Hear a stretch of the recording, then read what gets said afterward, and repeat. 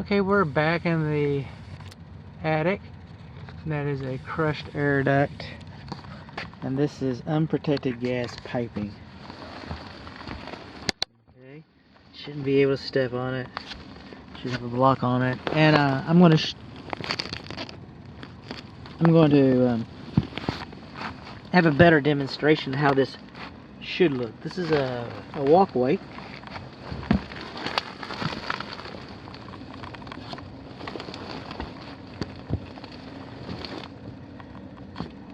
That's a walkway. That's how the gas pipe's supposed to be done. Now over here, we should have a block so that the attic insulation doesn't fall down. We've got a light switch here that's reversed. And at first I thought that might be acceptable because we have another switch over here that's labeled light, but it's a dummy switch. And I say it's a dummy switch. It does have cable coming to it. It doesn't have cable coming out of it. Well, wait, this... Okay, I get that.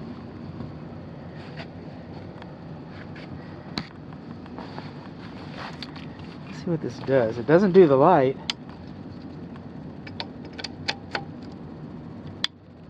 Doesn't do that. We don't know what this does. And that switch, its orientation is backwards. Moving on along. This is our HVAC indoor air handler. This is our furnace. This is our zone box. These are our care and use manuals. It's properly supported. We have the gas pipe is protected. Nobody's stepping on my gas pipe. See, that's the way the other one's supposed to look. It's supposed to look like this, and it'd be even better if it was painted red. Now we have these rails that come underneath here, rods, rails, to hold the furnace up. And that's a good thing, except that they extend out past the pan. So if water follows down the bottom of this, it'll come down this rail and go down onto your floor and start causing you some damage there. Let's see if I can put some light on the subject.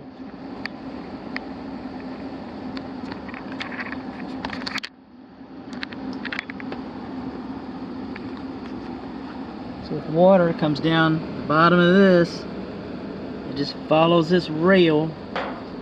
This rail just drops right down to the floor. Our pan looks fine. We have a deep P-trap for our primary drain line. Good thing. Insulated. Good thing. There's nothing wrong that I can tell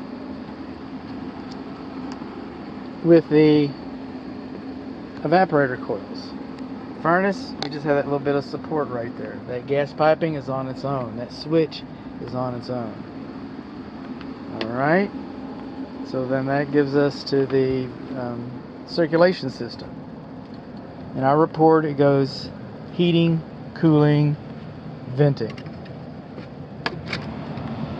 20 by 25 by 4.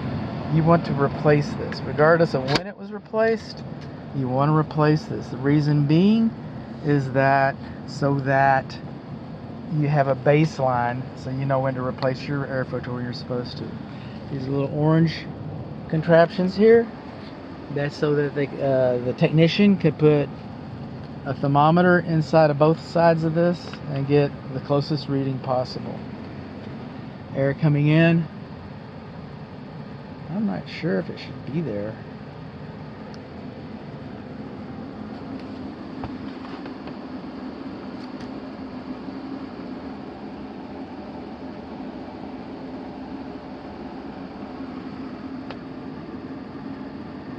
It should be there.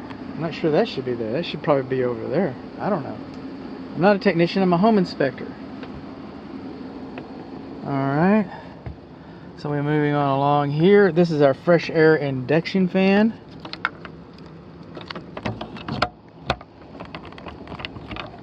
How does this come off? Like this.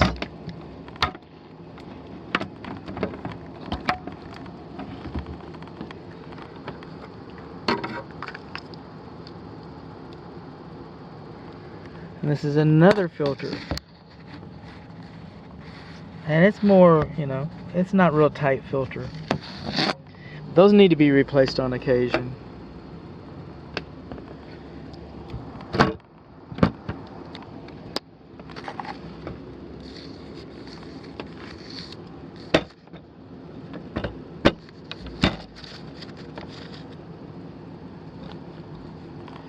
I'm going to have to I'm going to put my camera down and close that like it's supposed to be.